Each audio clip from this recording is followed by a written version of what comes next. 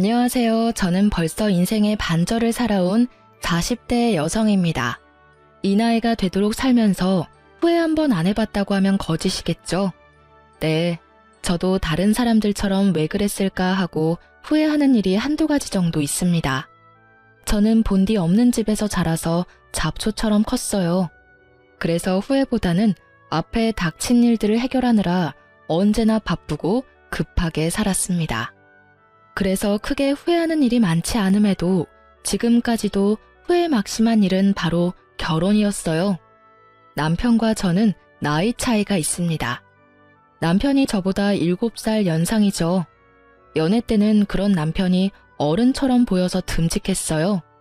당시 저는 전문대학을 졸업하고 간호사로 첫 발을 뗐을 무렵이었어요. 남편은 교사로 당시에도 힘든 일정을 소화하고 있었죠. 남편과 잘 될 거라는 생각은 그다지 해본 적 없어요. 첫 연애였고 남편의 직업도 교사인데 남편 집안도 모두 교육자 집안이셨거든요. 자격지심을 가지려는 건 아니지만 저희 부모님이 호프집을 운영하며 힘들게 살고 계시는 걸 생각하면 어쩐지 저희 둘이 맺어지는 건 힘들겠다라는 생각을 어렴풋이 마음속에 하고 있었던 건지도 몰라요. 남편이 제게 프로포즈를 했을 때는 이래도 되나 싶은 생각이 들어서 부모님한테는 말씀드린 거예요? 하고 물어봤을 정도라니까요. 그리고 제 예상대로 남편 집안의 반대는 심했어요.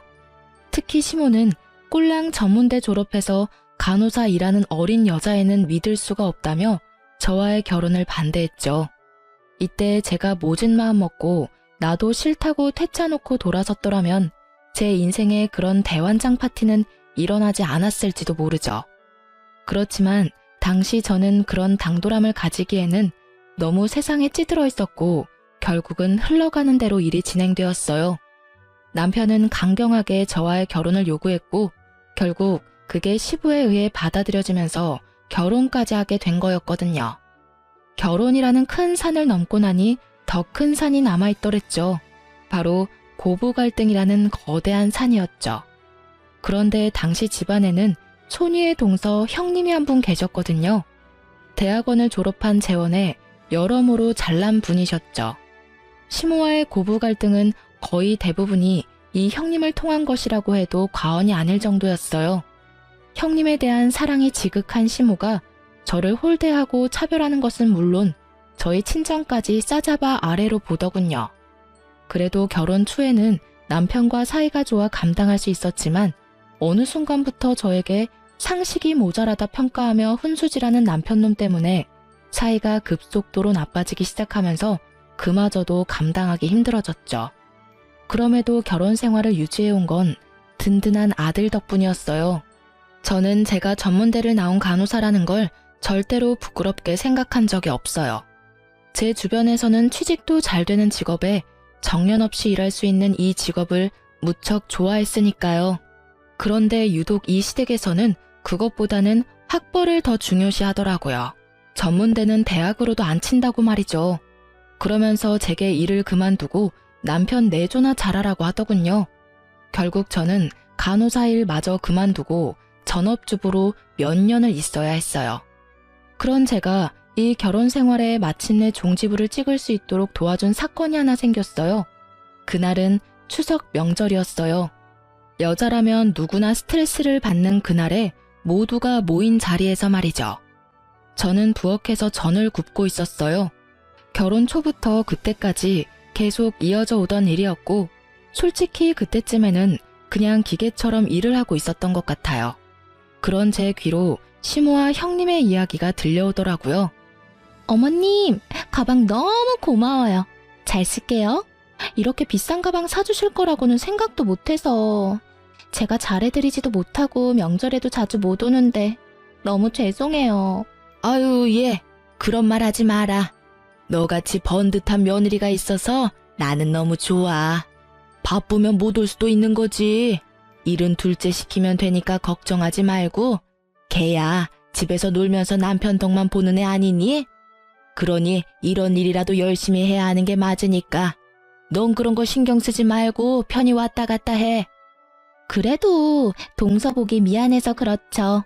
이렇게 저만 또 가방 받고 나중에 차별한다고 저한테 뭐라 하면 어떡해요? 걔가 그런 마음 먹으면 그 길로 이 집안이랑은 끝인 거지.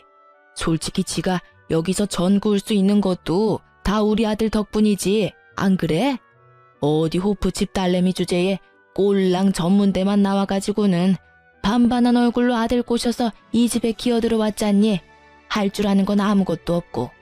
부모가 그 모양이니 애가 제대로 배우는 게 없지. 아유, 내 아들 원망스러운 적은 그때가 처음이자 마지막이었어. 이런 말을 몇 해나 들어왔음에도 익숙해지지 않은 건 왜였을까요? 정말 화가 나서 미칠 것 같은데 형님이 전 굽는 제 앞에 왔더라고요. 동서, 미안해. 일 많지? 어머님이랑 같이 백화점 가서 장 보고 오느라 늦었지 뭐야. 그러세요? 기름 튀니까 저쪽에 가 계세요. 저는 앞에서 알짱거리는 형님이 보기 싫어 치워버리고 싶었죠. 그런데 이 여자가 무슨 생각인지 시모가 선물한 가방을 이쪽 팔에 끼웠다 저쪽 팔에 끼웠다 하며 제 앞에서 알짱거리더라고요. 딱 보니 그 가방 자랑하고 싶었던 모양이에요. 제가 부러워하는 얼굴 하나 없으니 옆에서 더 왔다 갔다 하더라고요. 저기, 나한테 화난 건 아니지. 난 동서가 전문대 나왔다고 해서 막 차별하고 그런 사람 아니야. 교양 있는 사람이 어떻게 그런 짓을 하겠어? 그런데 동서, 가방 좀 바꿔야겠네. 너무 오래 썼어. 내 가방만큼 좋은 건 아니더라도 동서도 좋은 가방 써야지. 그래도 교사 부인인데 그런 거 쓰고 다니면 다른 사람들이 비웃지 않겠어? 돌려 까는 건지 뒤집어 까는 건지 조잘조잘 아주 하고 싶은 말은 다 하더군요. 가방을 칭찬받고 싶은 건지 칭송을 받고 싶었던 건지는 모르지만 저도 이쯤 되니 한껏 눌려있던 게 폭발했어요. 항상 듣던 말인데도 참을 수 없었던 것은 마지막에 한 말 때문이었어요. 동선의 아들이 엄마 이런 꼴하고 다니는 거 알아봐. 얼마나 부끄럽게 생각하겠어? 이 말이요. 남의 아들을 뭐라고 생각하냐고 소리치려다가 좋은 생각이 났죠. 저는 모른 척하며 팬에 기름을 듬뿍 둘렀어요. 식탁 위에 가스 버너를 올리고 팬을 얹어 전을 굽는 이 집안 특성상 전 구우면서도 상대방과 마주 볼 수 있었거든요. 제 바로 앞에 가방을 들고 서 있는 형님을 향해 커다란 육전을 철벅하고 뒤집었어요. 넉넉한 기름이 큰 면적의 육전과 만나며 순간 기름이 굉장히 절묘하게 형님의 가방을 향해 튀어간 건 제 의도와 딱 맞아 떨어졌죠. 이게 뭐야? 오늘 새로 선물 받은 가방에 기름이... 동서는 이런 단순한 것도 못해서 왜 이런 일을 만들어? 진짜 이걸 어째? 발을 동동 굴리며 귀한 명품 가방 살피는 형님 모습을 보며 저는 최대한 의아한 표정으로 낭창하게 말했죠. 방금 제가 기름 튀니까 저쪽에 가 계시라 했는데 왜 거기 계셨어요? 형님의 큰 소리에 시모와 남편이 무슨 일인가 싶어 부엌까지 달려왔더라고요. 시모는 자신이 사준 가방에 기름이 튄 걸 보더니 노발대발하셨죠. 아니, 이 비싼 가방에 왜 기름을 엎어? 너 자격지심이니? 너한테는 이런 가방 안 사줬다고 이렇게 못되게 구는 거야? 제가 그럴 필요가 뭐 있어요? 항상 하던 거 했고 저는 분명히 형님한테 거기서 그러지 말고 기름 튀니까 저쪽 가 있으라고 했거든요. 그리고 부엌에 누가 가방을 들고 들어와요. 말 안 듣고 제 옆에서 가방 들고 자랑했던 형님한테 왜 거기 있었냐고 묻는 게 상식 아닌가요? 저야 상식 같은 거 잘 모르잖아요. 기름 범벅에 전 굽느라 고생하는 아랫사람 앞에서 입만 놀리며 가방 자랑만 하는 게 상식이라면 뭐 할 말 없지만요. 뭐? 너 지금 말 다 했니? 어디서 어른한테 따박따박 말댔구야? 이래서 교양 없는 것들은. 우리도 너 같은 애 필요 없어. 아들놈 부탁에 집에 들여놨더니 집안 분란만 만들고. 시모의 그 말들을 중간에 뚝 잘라먹은 저는 제가 하고 싶은 말을 해버렸어요. 그리고 제가 모자란 데다가 혼자서 이거 다 하려니 집중력이 많이 떨어져서 그런데 이런 단순한 거는 뭐든 잘하는 형님이 좀 대신해주세요. 그러면서 형님의 손에 뒤집개를 손에 쥐어줬어요. 학식도 높고 교양도 있으시니까 잘하실 거라 믿어요. 저는 그 말 남기고 앞치마 풀어 식탁 위에 올려두고 제 가방 제 외투 챙겨서 시댁에서 나와버렸어요. 뭐 거기 있는 사람들 다 저보다 학식 높고 고명하시니 전 하나 굽는 거, 나물 무치는 거 못하겠어요? 그렇게 편안하게 집에 와 있었는데 2시간도 안 돼서 전화가 오더라고요. 예, 너 이렇게 일을 하다 말고 가는 경우가 어딨니? 네가 하던 일은 마저 해야지. 가방 일은 뭘 안 할 테니 와서 일이나 마저 하거라. 어머님, 형님이 저한테 그런 단순한 것도 못한다고 지적하셨으니까 앞으로 그 집에서 할 수 있는 일이 있나 모르겠어요. 저한테 지적한 형님이 저보다는 더 잘할 테니까 믿고 맡겨주세요. 비싼 가방 선물도 받았는데 전 하나 굽는 게 일이겠어요? 그런 거 없이도 죽어라 일만 하다 오는 며느리 별로 귀하지도 않잖아요. 앞으로 댁에 출입 안 할 테니 알아서 하셔요. 저같이 모질이한테 의지할 필요 있나요? 다들 저보다 아는 것도 많고 대단하신데. 너 지금 우리 비꼬는 거야? 너 내가 왜 그렇게 꼬였어? 그럼 오늘만이라도 와서 해. 필요 없다고 하신 분이 어머님이세요. 왜 자꾸 필요 없는 사람을 불러들이세요? 그냥 알아서 하세요. 저는 심드렁하게 말하고 뚝 끊어버렸어요. 솔직히 대들고 싶었던 마음을 삭히고 살아서 그런지 한마디 시원하게 하니 너무 좋더라고요. 그리고 그날 저녁 집으로 시모와 형님이 찾아왔더라고요. 비싼 명품 가방 하나 사들고요. 예, 미안해. 우리가 좀 너무했지? 그래, 너도 일부러 그런 거 아니란 거 잘 알아. 그래, 동서, 미안해. 내가 괜히 부엌에서 왔다 갔다 거리는 바람에 이런 일이 벌어졌는데 내가 동서한테 큰 소리 내서. 왜 이러나 싶었어요. 그런데 나중에 알았죠. 집안에 시끄러운 일 생기는 거 싫어하는 시부께서 분노의 소리를 내지르고 나서야 두 분들이 화들짝 놀라 찾아와 사과하고 있다는 걸요. 시부는 시모와 형님에게도 일하라며 소리를 질렀다고 하더라고요. 그런데 제가 하는 만큼 두 사람이 할 수 있을 리가 없잖아요. 결국 제대로 상도 못 차리자 시부가 열받아서 당장 둘째 데려오라고 했다더라고요. 시부에게 등 떠밀려온 미안한 마음 하나도 없어 보이는 그 얼굴을 보니 토가 나올 것 같았지만 가방은 잘 받아뒀어요. 가방에는 죄가 없으니까요. 그리고 시부도 저를 두둔하기 위해서 그런 거라기보다는 집안에 불씨가 자라나는 걸 두고 볼 수 없어서 화내신 거라 솔직히 시부도 제가 눈에 가시인 건 마찬가지일 거예요. 그들이 진정으로 제게 미안한 마음을 가졌다면 저도 시댁과의 관계를 개선해보려 할 수도 있었겠지만 전혀 그런 모습이 없기에 사무적인 관계로만 지냈어요. 지금 당장 불길은 잡았지만 불씨는 남겨진 그런 상황이었죠. 그런 타다남한 불씨에 다시 불을 지핀 것은 우리의 위대한 형님이셨어요. 형님 아들이 수능을 망치는 바람에 재수생이 됐거든요. 그게 저랑 무슨 관련이 있냐고요? 바로 저와 남편이 서울에 살고 있었거든요. 형님네는 수도권 외곽에 살고 있었고요. 만나자고 연락 왔을 때부터 안 나가고 싶더라니 애들 데리고 나갔는데 형님과 아주버님이 계시더라고요. 왔어. 앉아. 동서, 우리 아들 저번에 수능 점수가 아주 조금 모자라서 원하는 대학 못 갔거든. 학원을 보내려니 우리 집에서는 너무 멀어서 말이야.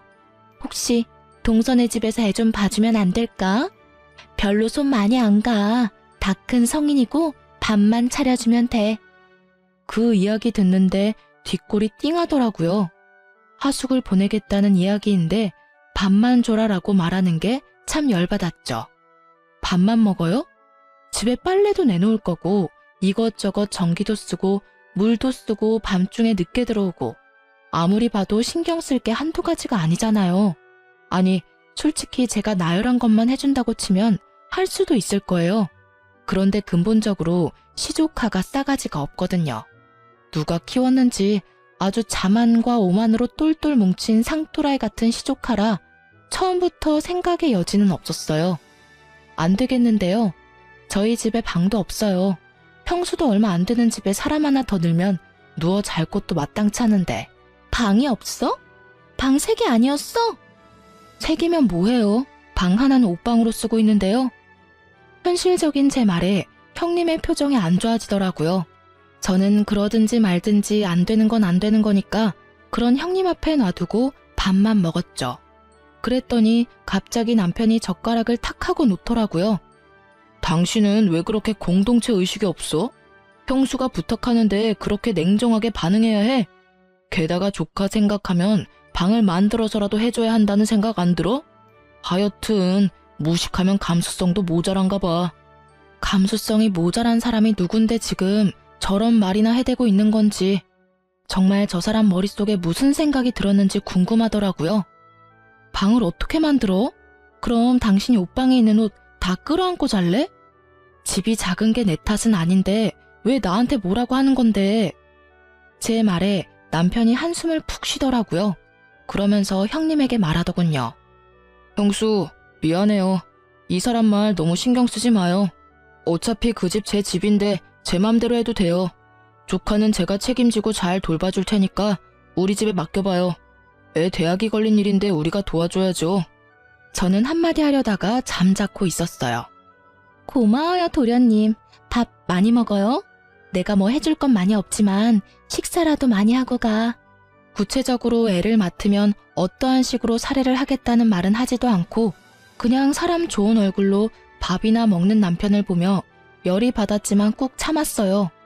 그렇게 밥을 먹으면서 어떡할까 생각하던 제 머릿속에 얼마 전에 연락 온 친구의 말이 떠올랐어요. 그걸 이용하면 되겠다 싶은 생각으로 남편에게 말했죠. 아 참, 그리고 나 다음 달부터 일하러 가. 옛날에 같이 일했던 친구가 동네 의원의 간호사로 오라더라고. 자리 비었는데 아는 사람이면 좋겠다 싶다고 해서. 조카 오면 자기가 잘 돌봐줘. 우리 애는 내가 챙길게. 당신한테 애 둘이나 맡기는 건 좀 그렇잖아? 갑자기? 그런 걸 왜 나하고 상의 한마디 없이 결정하는 거야? 당신 진짜 생각이라는 걸 하고 사는 거야? 그러게.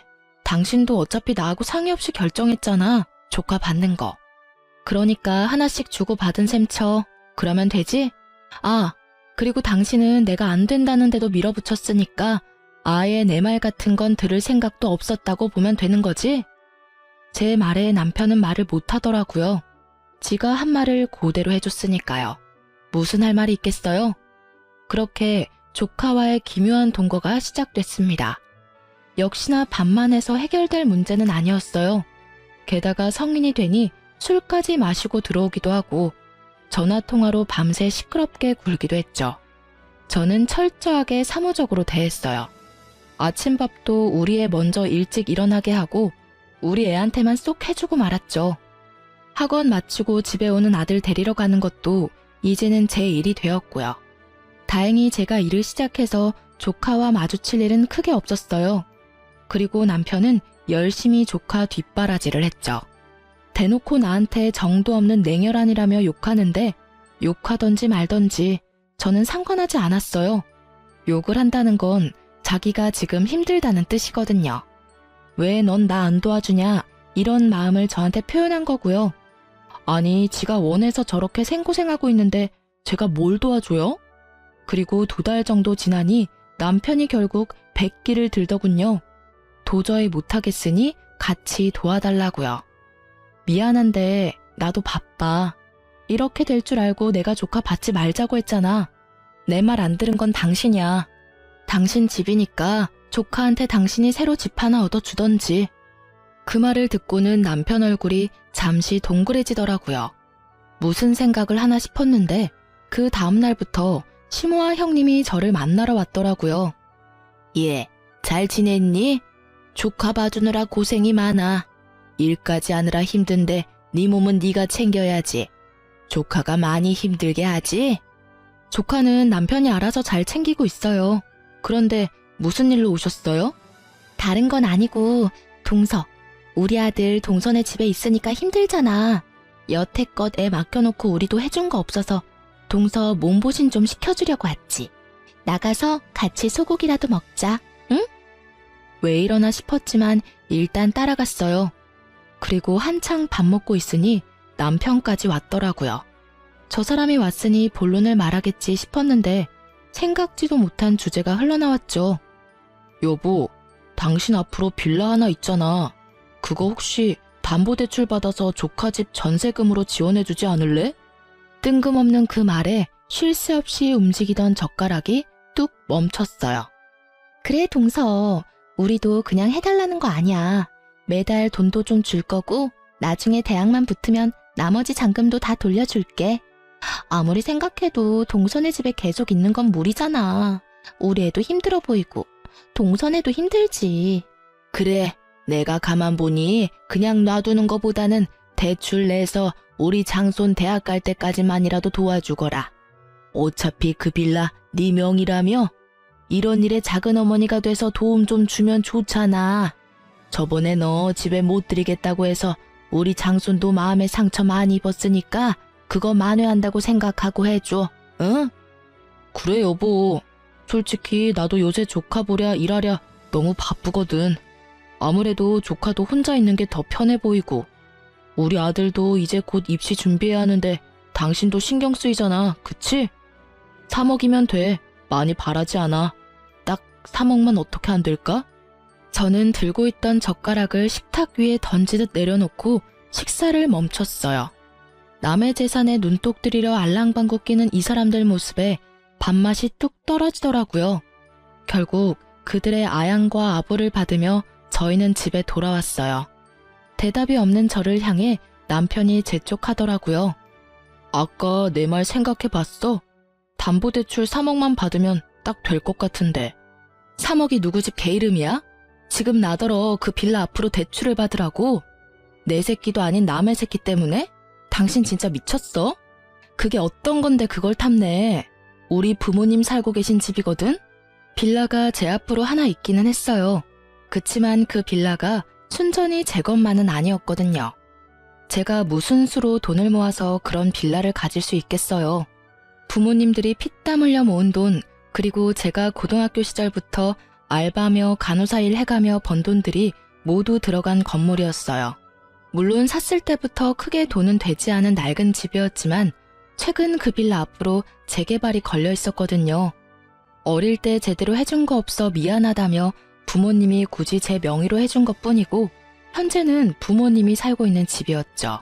아니, 누가 그 집에서 부모님 내쫓자고 했어? 그냥 담보대출만 받으면 되잖아. 어차피 다 낡아서 사줄 사람도 없는 빌라 대출이라도 받아서 좋은 일 하면 당신도 기분 좋잖아. 이 이야기를 들으니 남편은 그게 재개발이 안 될 거라고 철석같이 믿고 있는 것처럼 보였어요. 당신 잘난 머리통에는 그 생각밖에 없어? 난 안 해줄 거야. 아니, 못해. 내가 왜 그걸 해줘야 해? 내 아들 이야기면 나도 어떻게든 해보겠는데 내 자식도 아니고 남의 자식이래. 왜 내가 거기까지 해야 하는데? 당신이야말로 미쳤지. 당신 애한테 그만큼 정성을 쏟아봐. 당신 진짜 이렇게 비협조적으로 굴 거야? 좋아. 당신 이러는 거 나도 이제 못 참아. 무식한 여자 데리고 살아줬으면 고맙다고 해도 모자랄 판국에 집안에 화근만 만들고. 직장을 나간다고? 난 허락 못하니까 직장 다니려면 이혼해. 당신이 어디 나 없이 제대로 살 수 있겠어? 내가 왜 못 살아? 나도 이제 직장 생겼고 충분히 혼자서 살 수 있어. 내가 여태껏 너희 집에서 그 수모 당하면서 왜 살았는데 너 때문에 산 줄 아니? 내 아들 때문에 살아준 거야. 내 아들이 여기 있으니까. 애도 컸으니까 나도 이혼 걱정 안 해. 당신이랑 저 시댁 사람들 얼굴 보느니 이혼하는 게 나도 차라리 맘 편하지. 이혼하자는 남편의 말에 저도 덩달아 좋다고 이혼하자고 말했어요. 남편이 제 말에 도리어 놀라더군요.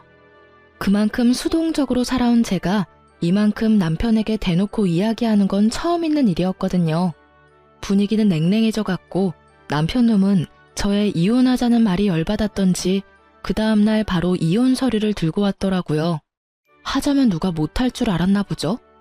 저는 서류 작성하고 내친 김에 남편에게 친권과 양육권 이야기까지 꺼냈어요.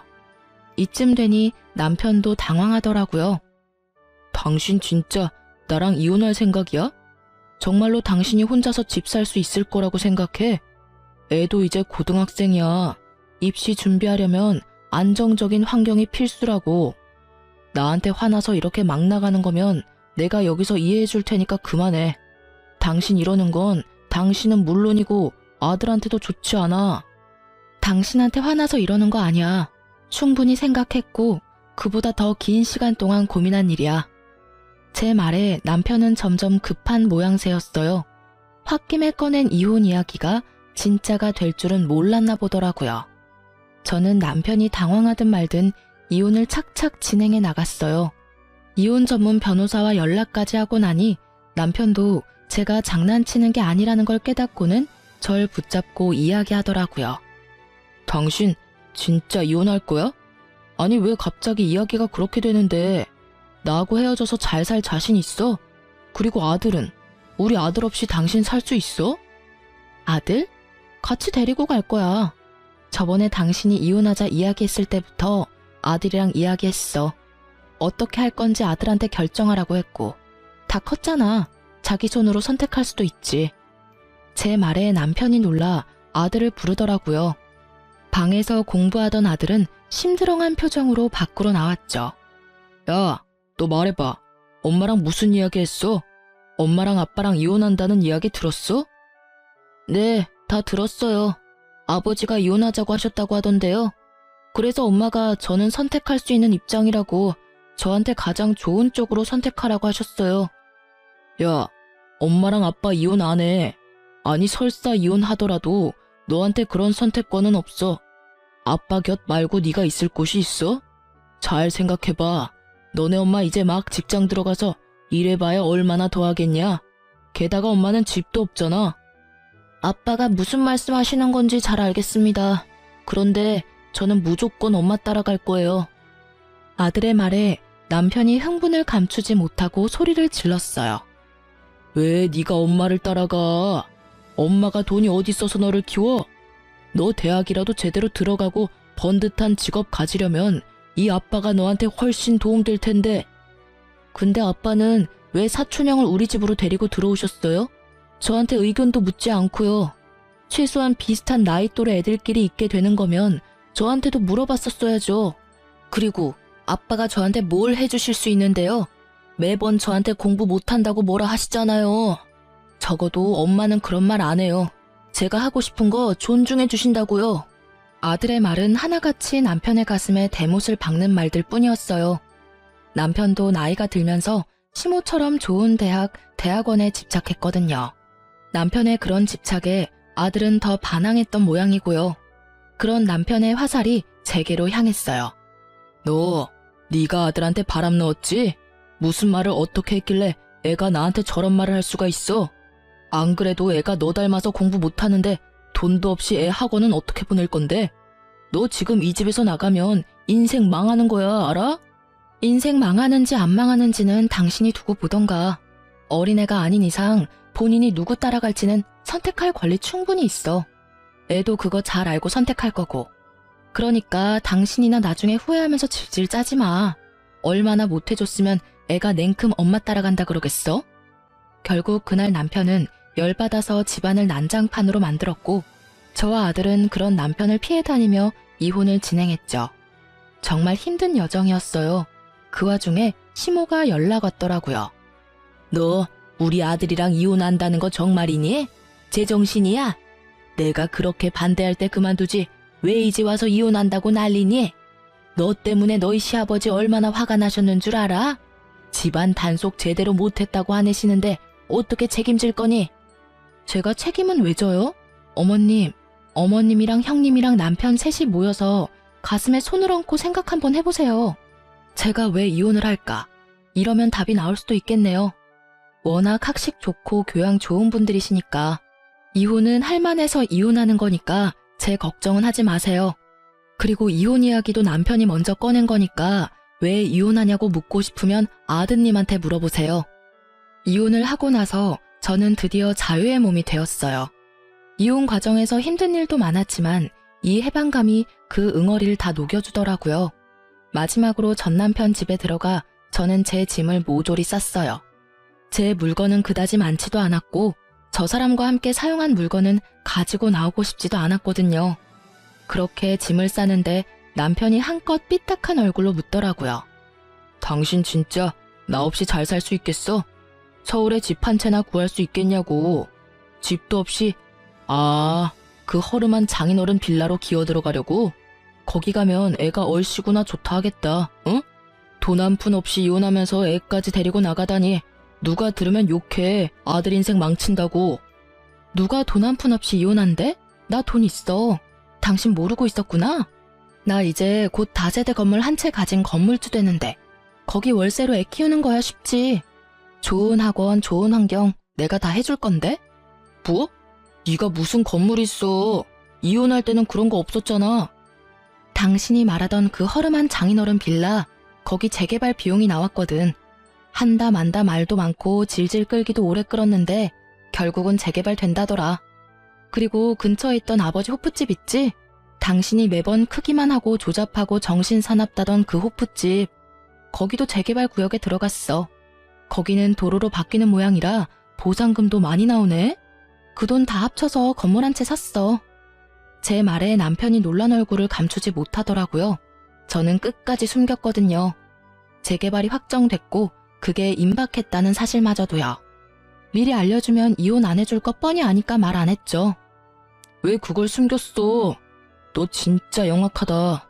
그거 믿고 이혼하자니까 좋다고 한 거야? 말해봐. 이제 돈 좀 생기니까 나 같은 건 이제 아무 상관 없었어? 상관 없어진 건 꽤 오래됐지. 근데 당신이 날 언제부터 그렇게 생각해줬다고 생색이야? 솔직히 결혼하고 해가 지날 때마다 당신 어머님이랑 똑같이 나 무시했거든? 봐. 생각 없다, 무식하면 감수성도 모자라냐, 네가 나 없이 혼자 살 수 있냐. 다 무시하는 말뿐이지. 당신이 왜 날 무시했는지 지금도 모르겠어. 내가 전문대졸이라서? 아니면 집에 돈이 없어서? 아니면 애 낳고 더 이상 예쁘지도 않아서? 어떤 이유든 당신이 날 무시한 건 틀림없는 사실이잖아. 다 없는데 돈이라도 생기니까 잡고 싶니?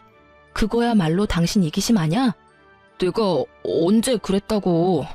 나는 당신 무시한 적 없어. 그냥 살다 보면 그런 말들 가끔씩 할 수 있는 거고. 솔직히 난 기억도 잘 안 나는데 억울하다고. 당신 매번 나한테 상식도 없는 여자 운운했었지? 근데 상식 없어도 이 정도로 돈 있으면 살맛나지 않겠어? 무려 건물주인데 월세만도 얼마야? 설마 당신 그거 가지고 아들한테 바람 넣었어? 엄마 건물주 된다고? 그것만 가지고 넘어왔겠어? 나는 대신 아들한테 하고 싶은 거 하게 해준다고 했을 뿐이야. 자기 꿈을 펼칠 생각에 너무 즐거워하더라. 당신이 바라는 교사 아들 너무 싫대.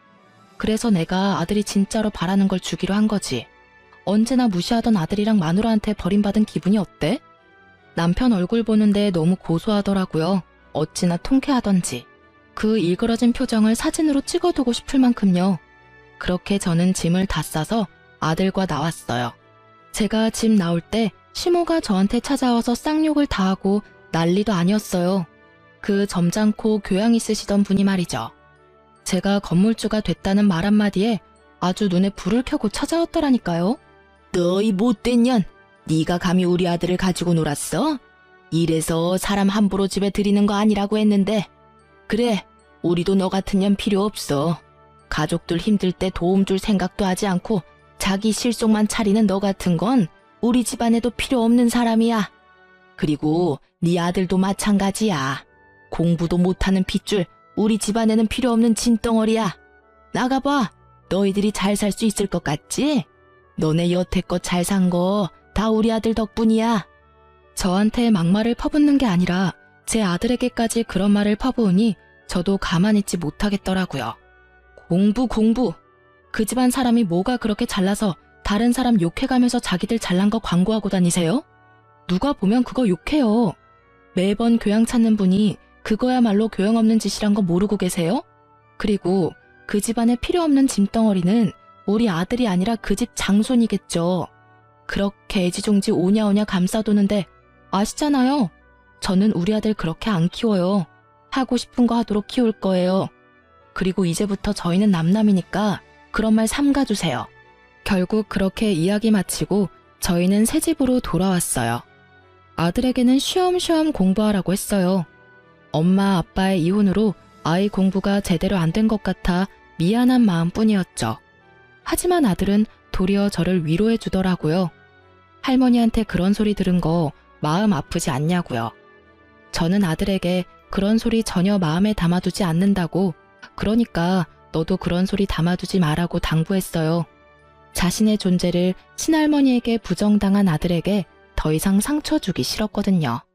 그런데 그 일이 있은 후부터 아들이 공부를 진지하게 생각하더라고요. 그리고 수능이 끝나고 저희 아들은 서울에서도 유명한 공대에 들어갔어요. 정말 너무나 기뻤어요. 그리고 이 기쁨을 다른 사람들과도 누리고 싶었어요. 아들을 폄하한 시모와 전 남편에게요. 어떻게 연락을 할까 고민 중이었는데 전 남편에게서 연락이 먼저 왔더라고요. 아들 수능은 잘 쳤어. 수능 끝난 지 좀 됐는데 좋은 소식 아닐까봐 연락을 못했네. 아들은 좀 괜찮아?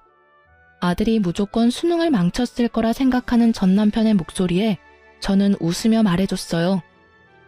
괜찮아. 그래도 자기가 원하는 데 들어갔으니 된 일이지. 중요한 건 만나서 이야기해. 애만 보낼까? 아니야, 당신도 와. 어차피 당신이 애 엄마고 서로 재혼도 안 했는데 편하게 봐. 저는 좋은 구경하겠다 싶어 아들과 함께 오랜만에 전 시댁 식구들과 만나기로 했어요. 그래, 어서 와라. 너 수능은 잘 쳤냐? 아들 보자마자 그렇게 묻는 남편을 보니 웃음밖에 안 나오더라고요. 벌써 그런 걸 물어봐요. 조카는 수능 잘 봤어요? 우리 아들은 아슬아슬하게 점수 미달이라 이번에도 다시 치려고 생각 중이야. 우리도 자기네 아들처럼 낮춰서 원하는 데 가라고 해야 할까봐. 너무 높은 데를 지망하다 보니까 항상 아슬아슬하게 떨어지네.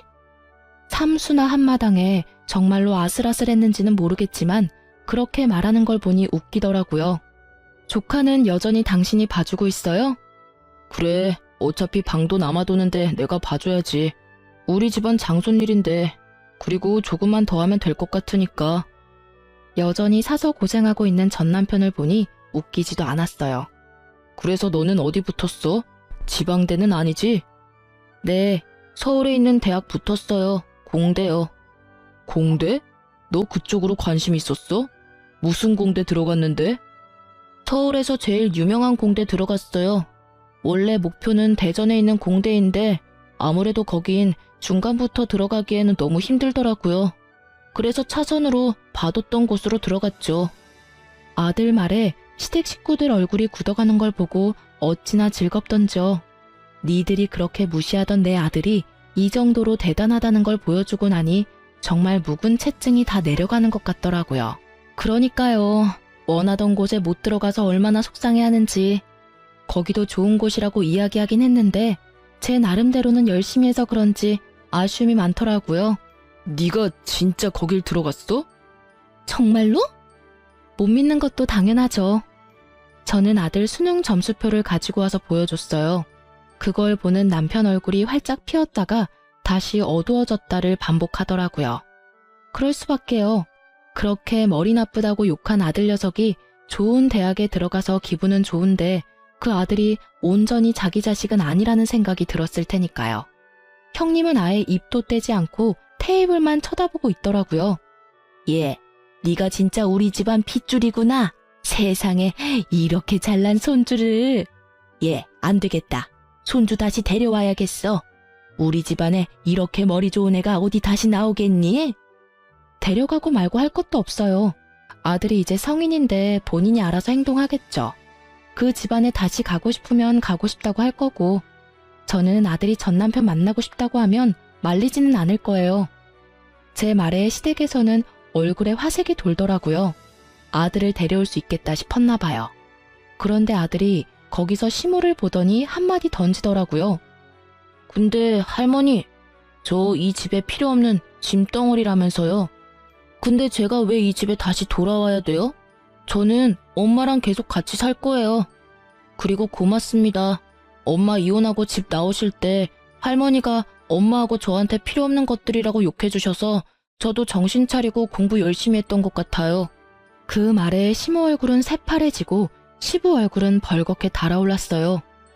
이 여자가 당신 진짜로 이혼하는 아들 집 가서 며느리랑 손자한테 그딴 소리 했어?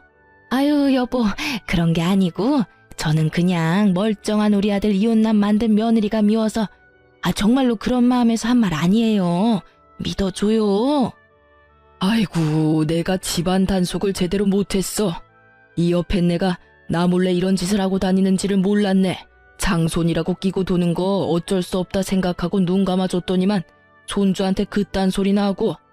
말하기 전에 생각을 좀 해. 어른이면 상식 있고 교양 있게 행동하라고 내 몇 번을 이야기했어. 남의 모범이 되라는 건 바라지도 않아. 그냥 남들 하는 만큼만 하면 안 돼? 어? 아, 왜 나한테 그래요? 틀린 말 한 거 하나도 없는데. 솔직히 그때는 공부 못했던 거 맞고 손주도 내 덕에 공부 열심히 하게 됐다고 고마워하지 않소? 그게 고마워하는 거야? 비꼬는 거지? 당신이 그런 말해서 오기로 공부한 거라고 비꼬고 있는 거 아니냐고. 아휴, 당신만 아니었으면 저 손주가 온전히 내 손주였어. 어디 가서 떵떵거리면서 자랑할 수 있는 손주였다고. 잠깐, 가만히 있어봐. 혹시 애들 이혼한 것도 당신이 원인인 거 아니야? 그건 진짜 아니에요, 여보. 결국 시부는 우리가 이혼하게 된 이유에 대해 뒤늦게 모든 걸 알게 됐고 내게 3억이라는 전세금을 요구한 걸 알고는 뒷골을 부여잡으며 쓰러질 뻔하셨어요. 그렇게 식사 자리는 엉망이 되었답니다. 그러나 제 기분은 너무 좋았죠. 그렇게 정말로 이혼의 종지부를 찍게 된 저는 여전히 아들과 잘 살고 있어요. 대학을 다니는 아들은 여전히 제게 잘하는 효자로 컸고요. 그리고 저는 뒤늦게 간호사로 일하며 돈 버는 즐거움을 느끼고 있어요. 집안에서 쓴소리 들으며 남편만 기다리던 제가 아니라 일을 하면서 꾸미고 수다 떠는 제가 지금 너무 좋거든요. 이 글을 쓰면서도 그때의 기억은 지금의 저를 괴롭히지만 그것이 저의 마음을 지배하고 있지는 않아요. 그때는 정말 그들의 모든 말들과 행동이 저를 지배하고 얽매고 있다고 느꼈거든요. 재혼은 할 생각 없고 이대로 아들 장가가는 거나 보고 친구들과 동료들과 즐거운 시간 많이 보낼 거예요. 지금도 그렇게 지내고 있는 중이고요. 글 읽어주신 분들에게 감사의 마음을 전하며 저는 또 일하러 가봅니다. 모두들 즐거운 하루 보내세요.